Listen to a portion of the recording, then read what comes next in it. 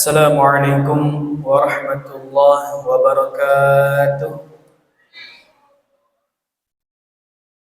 Alhamdulillah, alhamdulillahilladzi khalaqal mauta wal hayata liyabluwakum ayyukum ahsanu amala wa huwal azizul ghafur.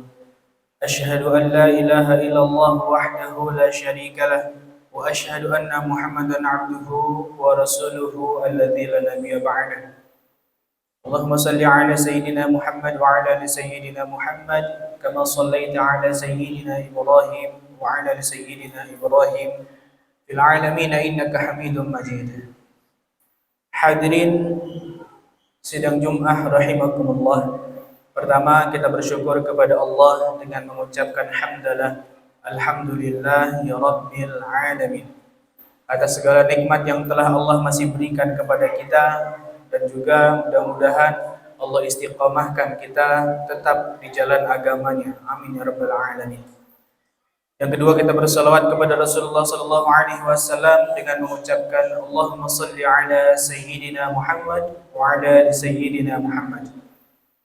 Hadirin sidang Jumat rahimakumullah, sebelum kita melaksanakan rangkaian daripada salat Jumat, ada beberapa hal yang mesti kami sampaikan. Yang pertama, tentang saldo keuangan Masjid Nurul Imam.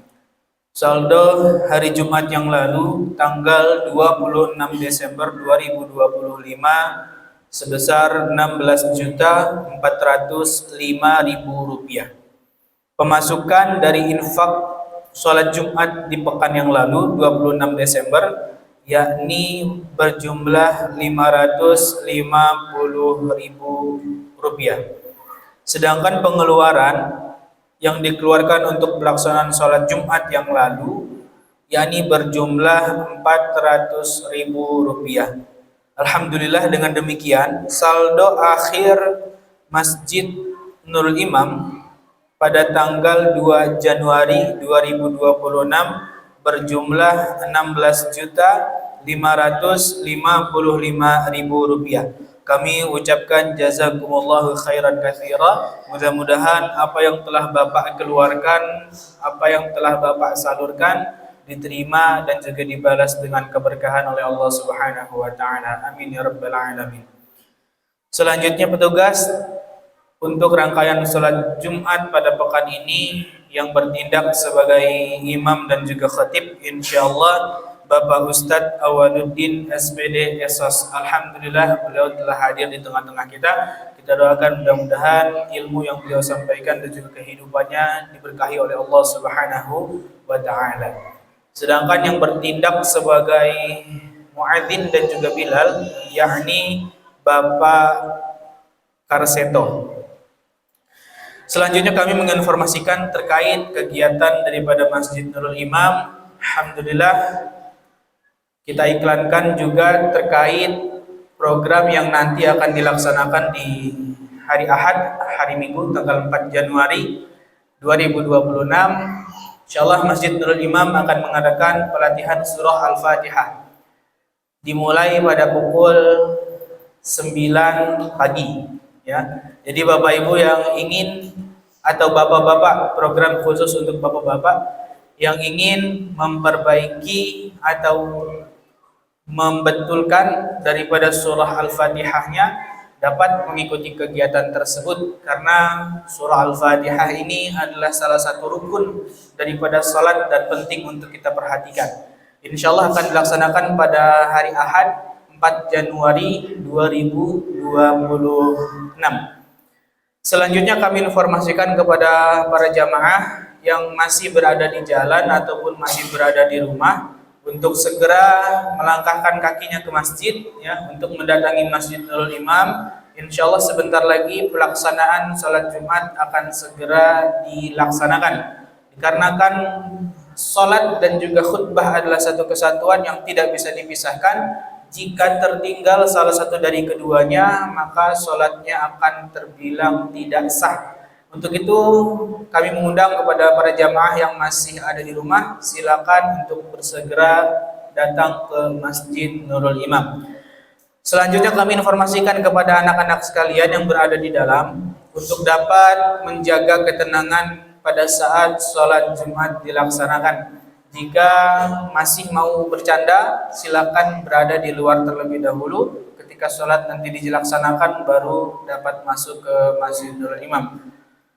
Selanjutnya, mari sama-sama kita doakan ayah, ibu kita, baik yang sudah mendahului ataupun yang masih Allah berikan kesempatan hidup.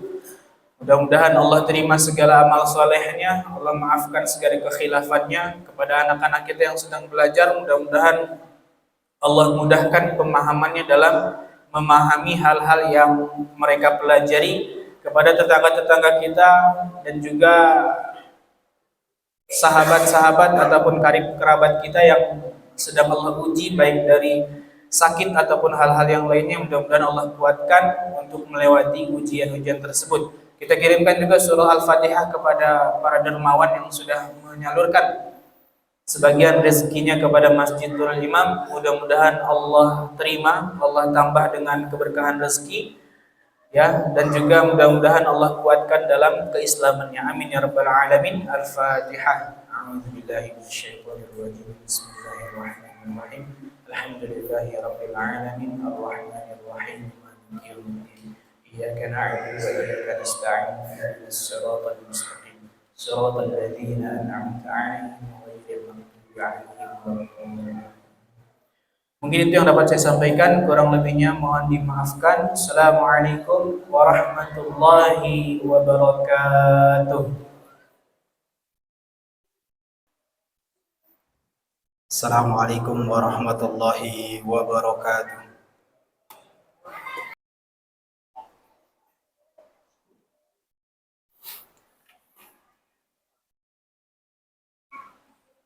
Innal hamdalillah nahmaduhu wa nasta'inuhu wa nastaghfiruh wa na'udzu billahi min shururi anfusina wa min sayyiati a'malina may yahdihillahu fala mudilla lahu wa may yudlilhu fala hadiya lahu.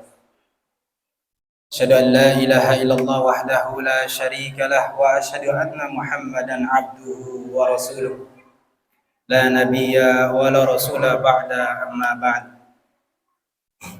Qala Allah Ta'ala fi kitabihil karim, ya ayyuhalladzina amanu taqullaha haqqa tuqatih wa la tamutunna illa wa antum muslimun. Thumma qala an-nabiy sallallahu alaihi wasallam, innama a'malu binniyat wa innama likulli imri'in ma nawa. Sesungguhnya amal perbuatan kita bergantung pada niatnya, dan setiap kita akan mendapatkan sesuai dengan yang kita niatkan. Jamaah yang dirahmati Allah Subhanahu wa taala, bersyukurlah kepada Allah Subhanahu wa taala atas nikmat yang Allah berikan kepada kita yang tiada hentinya. Allah bangunkan kita pada hari ini. Allah berikan nikmat sehat kepada kita. Allah kemudian kasih nikmat kesempatan, bahkan nikmat terbesar yaitu nikmat iman. Maka bersyukurlah kepada Allah Subhanahu wa taala. Bayangkan berkali-kali kita mengecewakan Allah di setiap waktu kita. Bahkan hari ini Allah tahu kita akan mengecewakannya kembali. Tapi Allah tetap membangunkan kita di hari ini. Maka bersyukurlah kepada Allah Subhanahu wa taala dengan menjalankan setiap perintahnya dan menjauhi setiap larangannya. Dan janji Allah Subhanahu wa taala ketika kita bersyukur kepadanya, la in syakartum la azidannakum. Maka kata Allah, mau apa lagi? Terima kasih ya Allah, mau apa lagi? Jemaah yang dirahmati Allah Subhanahu wa taala, salawat dan salam atas junjungan Nabi besar kita, yakni Nabi Muhammad sallallahu alaihi wasallam, manusia yang mulia yang Allah utus di tengah-tengah kita. Tentu Nabi yang bentuk sama seperti kita. Mengapa Allah kemudian mengutus nabinya manusia sama seperti kita? Supaya kita tidak punya alasan untuk mengkorek-korek contoh selain daripada Nabi sallallahu alaihi wasallam. Karena kalau Allah mengutus malaikat, maka kita punya alasan. bahwa malaikat tidak pernah melakukan dosa. Nabi Shallallahu Alaihi Wasallam memang tidak pernah melakukan dosa, tetapi beliau pernah melakukan kesalahan sehingga ditegur oleh Allah Subhanahu Wa Taala. Begitulah Allah kemudian skenariokan supaya kita ini menjadi hamba Allah yang mencintai Rasulullah Shallallahu Alaihi Wasallam karena Allah Subhanahu Wa Taala. Semoga kita mendapatkan syafaatnya nanti di yaumul qiyamah. Jamaah yang dirahmati Allah Subhanahu Wa Taala, hari ini kita sudah memasuki tahun baru.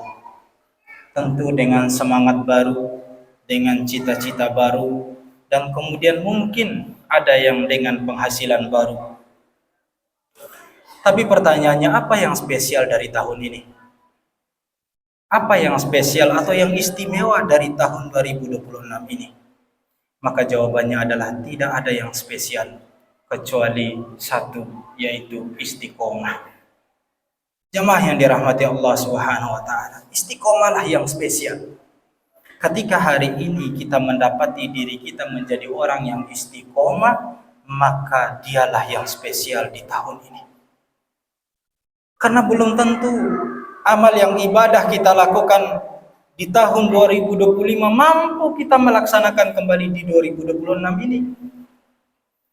Karena boleh jadi ibadah yang kita lakukan di tahun 2025 mampu kita tingkatkan di 2026 ini.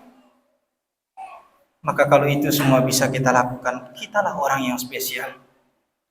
Bergantinya tahun justru semakin meningkat kualitas iman dan ketakwaan kita kepada Allah Subhanahu Wa Taala. Ma'asyiral muslimin rahimakumullah. Berbicara tentang istiqomah, maka ada 3 unsur yang menjadikan kita menjadi hamba Allah yang istiqomah.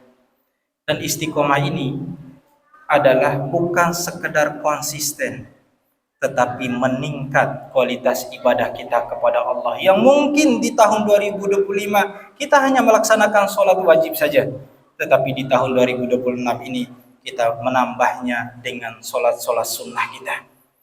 Mungkin di tahun 2025 kemarin kita melaksanakan sholat di masjid di hari Jumat saja. Maka di tahun 2026 ini mari kita menjadi hamba Allah yang istiqomah, yaitu melaksanakan ibadah 5 waktu kita di masjid semaksimal mungkin. Mungkin di tahun 2025 kemarin kita lalai dalam menjalankan puasa Ramadan, maka di tahun 2026 ini yang sebentar lagi Ramadan akan datang, kita melaksanakan puasa Ramadan dengan maksimal supaya kita diampuni segala dosa dan kesalahan kita oleh Allah Subhanahu Wa Taala. Ma'asyiral muslimin rahimakumullah. Apa 3 unsur sehingga bisa menjadikan kita hamba Allah yang istiqomah? Yang pertama, unsur yang pertama adalah lillah, yaitu karena Allah Subhanahu Wa Taala. Untuk Allah, ikhlas karena Allah Subhanahu Wa Taala. Ini unsur yang pertama. Tidak ada keistiqomahan tanpa keikhlasan. Hanya orang yang ikhlaslah yang mampu istiqomah. Kalaulah ibadah yang kita lakukan selama ini bukan karena Allah, maka tidak akan mungkin kita akan pertahankan ibadah itu. Kalaulah ibadah yang kita lakukan hari ini karena orang lain, maka ibadah itu akan segera punah. Karena bukan karena Allah Subhanahu Wa Taala. Maka cara kita pertama supaya kita istiqomah lillah, karena Allah Subhanahu Wa Taala. Allah berfirman, "Wa ma umiru illa liya'budullaha mukhlishina lahuddin." Tidaklah aku perintahkan kalian untuk beribadah kepada Allah dengan penuh keikhlasan dalam menjalankan agama Allah Subhanahu Wa Taala. Ma'asyiral muslimin rahimakumullah. Tidak ada keistiqomahan tanpa keikhlasan. Maka dari itu perbaiki niat kita.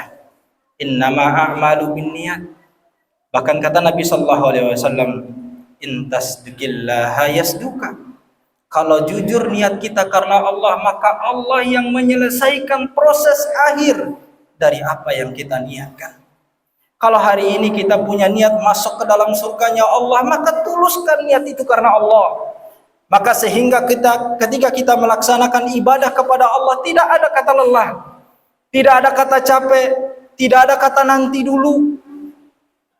Karena Allah Subhanahu Wa Taala. dan Allah yang menguatkan kita ketika kita memiliki niat yang tulus. Sebagaimana kata Nabi sallallahu alaihi wasallam, "In tasduqillaha yasduka." Kalau jujur niatmu karena Allah, Allah yang akan menyelesaikan proses akhirnya.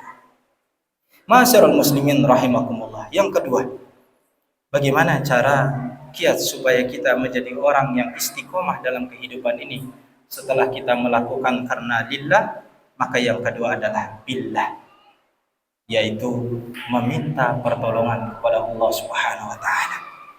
Minta pertolongan kepada Allah. Tidak ada keistiqomahan tanpa pertolongan Allah Subhanahu wa taala. Itulah mengapa Allah mengajarkan kita memohon kepadanya di setiap salat 5 waktu kita. Bukankah setiap salat kita mengatakan iyyaka na'budu wa iyyaka nasta'in? Kepadamu ya Allah kami bernyembah, kami beribadah, dan kami meminta pertolongan kepadamu. Kata para ulama, mengapa Allah letakkan kata ibadah, kata pertolongan setelah kata ibadah?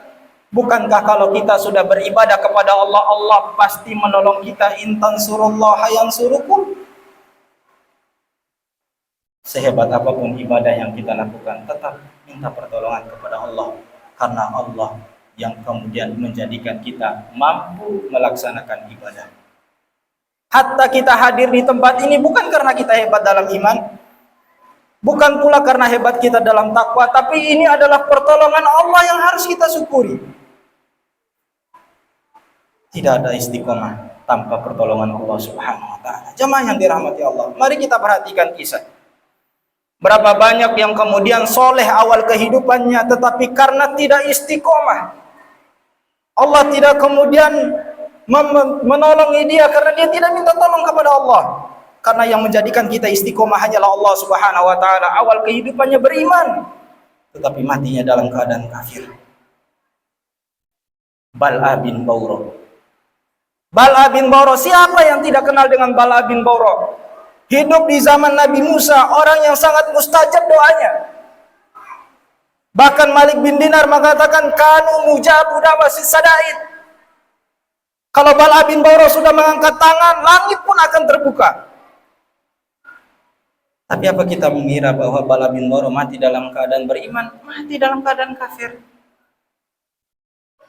Rajalun Fu'ah, sahabat Nabi sallallahu alaihi wasallam, yang kemudian oleh sahabat Abu Bakar As-Siddiq kepemimpinannya, dia mempercayai Rajulun Fu'ah untuk kemudian menjadi delegasi sunnah.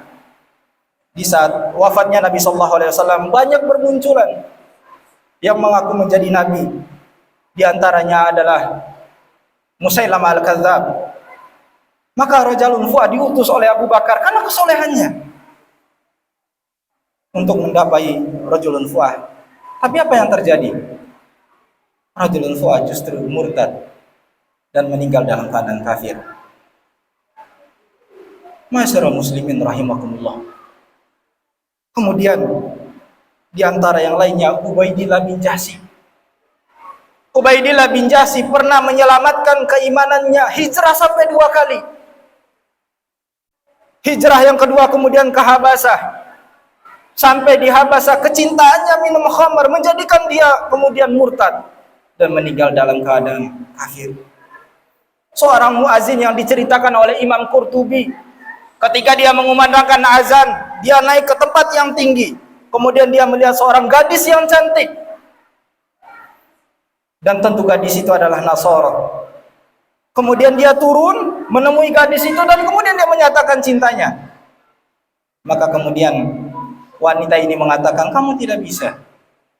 Kamu Muslim dan saya Nasara. Lalu bagaimana caranya? Kamu pindah. Maka pindah. Belum sempat dia menyetubuhi wanita itu, kemudian dia meninggal dunia. Mati dalam keadaan kafir. Maka jamaah yang dirahmati Allah Subhanahu wa taala, hadis Nabi sallallahu alaihi wasallam, fa inna ahadakum la ya'malu bi amalin ahlil jannah hatta ma yakunu bainaha wa bainahu illa dhira'. Kata Nabi sallallahu alaihi wasallam, ada di antara kamu yang rupanya dia penduduk surga. Hatta ma yakunu bainaha wa bainahu illa dhira', sampai jaraknya antara dia dengan surga 1 hasta, 1 jengkal. Satu amalan tok harusnya dia masuk surganya Allah Subhanahu wa taala. Fayasbiqu ahlil kitab. Catatan takdir justru mengatakan yang lain. Fayamal bi amalin ahlin nar fayadkhuluha. Di akhir kehidupannya dia melakukan satu amalan penduduk api neraka menjadikan dia masuk ke dalam api neraka. Begitupun juga sebaliknya, fa inna ahadakum la ya'malu bi amali ahlin nar. Ada juga di antara kalian, kata Nabi sallallahu alaihi wasallam, yang rupanya dia adalah penduduk api neraka. Bahkan jarak antara dia dengan neraka satu hasta, tinggal sejengkal.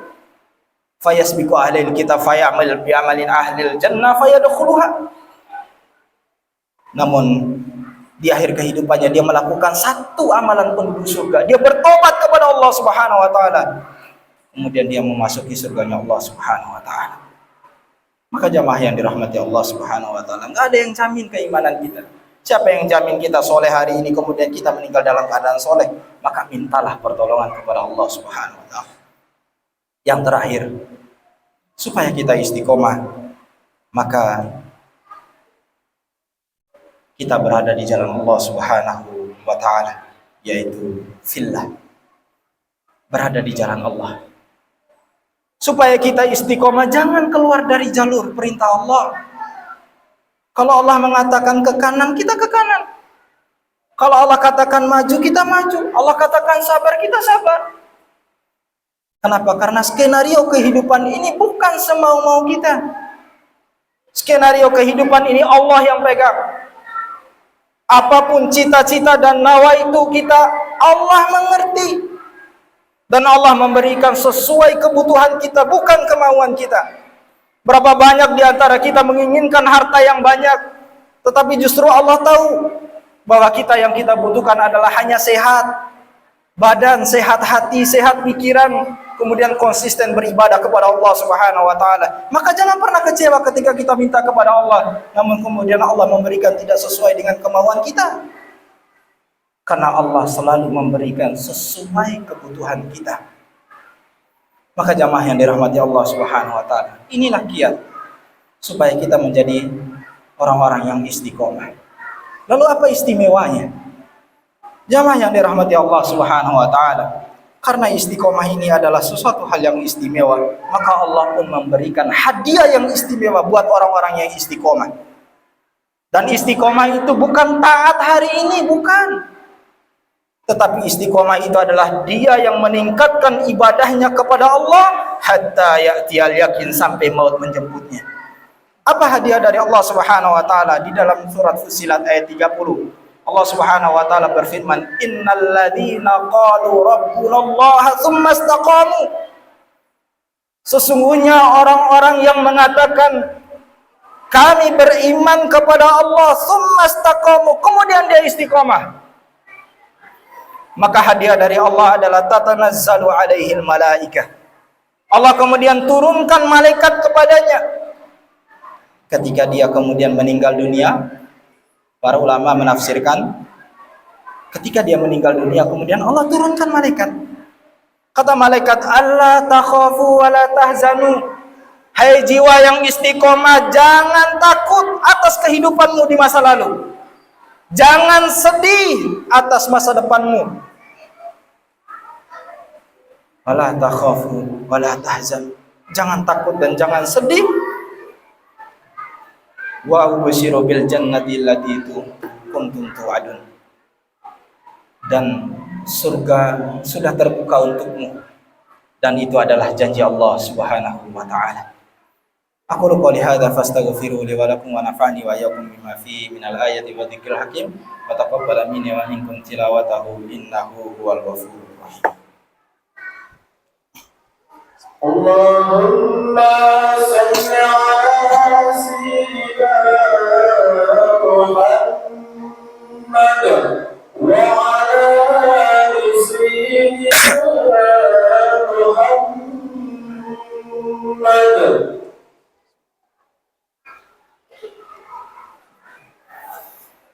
Alhamdulillahirabbil alamin wa bihi nasta'inu ala umuri dunya waddin wa ala alihi wa sahbihi wa man tabi'ahum bi ihsan ila yaumiddin, amma ba'd. Ma'asyiral muslimin, jamaah salat Jumat yang sama-sama mengharapkan ridha Allah Subhanahu wa taala. Kesimpulan dari khutbah kita pada kesempatan hari ini adalah agar kita meraih istiqomah, maka yang pertama adalah ikhlas karena Allah.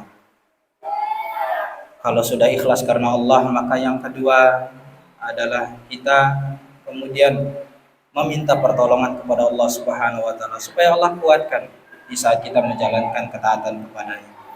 Dan yang terakhir adalah kita tetap berada di jalan Allah Subhanahu wa taala. Masyarul muslimin rahimakumullah, untuk menutupi khutbah kita pada kesempatan siang hari ini, mari kita sama-sama memohon kepada Allah Subhanahu wa taala semoga Allah mengampuni setiap dosa dan kesalahan kita. Innallaha wa malaikatahu yusholluna 'alan nabi ya ayyuhalladzina amanu shallu 'alaihi wa sallimu taslima. Allahumma shalli 'ala Muhammad wa 'ala ali Muhammad kama shallaita 'ala Ibrahim wa 'ala ali Ibrahim wa barik 'ala Muhammad wa 'ala ali Muhammad kama barakta 'ala Ibrahim wa 'ala ali Ibrahim innaka Hamidum Majid. Allahumma ighfiril muslimina wal muslimat wal mu'minina wal mu'minat al ahya'i minhum wal amwat innaka sami'un qaribun mujibud da'wat. Rabbana zalamna anfusana wa illam taghfir lana wa tarhamna lanakunanna minal khasirin. Rabbana taqabbal minna innaka antas samiul alim wa tub alaina innaka antat tawwabur rahim. Allahumma barik lana fi auladina, Allahumma barik lana fi azwajina, Allahumma barik lana fi ummahatina, Allahumma barik lana fi abaina, Allahumma barik fi umurana wa sahih ajsadana wa nawwir qulubana wa wasi' arzaqana bi rahmatika ya arhamar rahimin. Rabbana atina fid dunya hasanah wa fil akhirati hasanah wa qina adzabannar. Wa subhana rabbika rabbil izzati amma yasifun wa salamun alal mursalin walhamdulillahi rabbil alamin. Aqimis salam. Allahu akbar, Allahu akbar.